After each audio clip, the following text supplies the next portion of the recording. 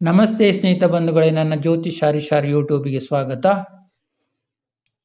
ಇಂದು ನಾವು ಚುನಾವಣೆಯಲ್ಲಿ ಗೆದ್ದಂಥ ಪ್ರಧಾನಮಂತ್ರಿ ಶ್ರೀ ನರೇಂದ್ರ ಮೋದಿಯವರ ಕುಂಡಲಿಯನ್ನು ನೋಡೋಣ. ಇವರು 1950ರಲ್ಲಿ ಸೆಪ್ಟೆಂಬರ್ 17ರಂದು ವಡನಗರ ಗುಜರಾತಲ್ಲಿ ಜನಿಸಿದರು.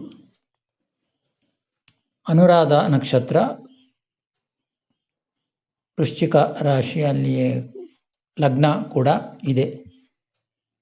ಈಗ ಪ್ರಸ್ತುತ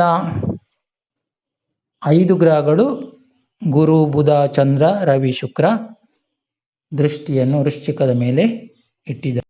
ರಾಜಕೀಯ ಸಮಸ್ಯೆಗಳನ್ನು ಹಂತ ಹಂತವಾಗಿ ಬಗೆಹರಿಸಿಕೊಳ್ತಾರೆ.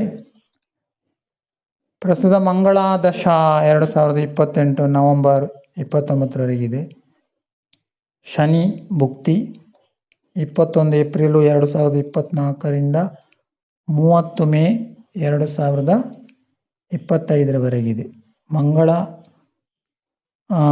ಲಗ್ನಾಧಿಪತಿ, ರಾಶಿಯಾಧಿಪತಿ ಕೂಡ ಆಗಿ ಲಗ್ನದಲ್ಲೇ ಇದ್ದಾನೆ. ಶನಿ ಕರ್ಮಸ್ಥಾನದಲ್ಲಿ 10ನೇ ಮನೆಯಲ್ಲಿ ಇದ್ದಾನೆ. ಹಾಗೆ ತುಂಬ ಶ್ರಮ ಪಡಬೇಕಾಗ್ತದೆ.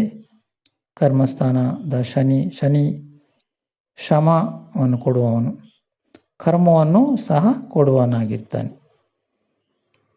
ಹಾಗೆ ಹಂತವಾಗಿ ಉತ್ತಮ ಆಡಳಿತ ಪ್ರಧಾನಮಂತ್ರಿ ಶ್ರೀ ನರೇಂದ್ರ ಮೋದಿಯವರಿಂದ ನಮ್ಮ ಭಾರತ ದೇಶಕ್ಕೆ ದೊರೆಯುತ್ತದೆ ಎಂದು ಆಶಿಸುವ.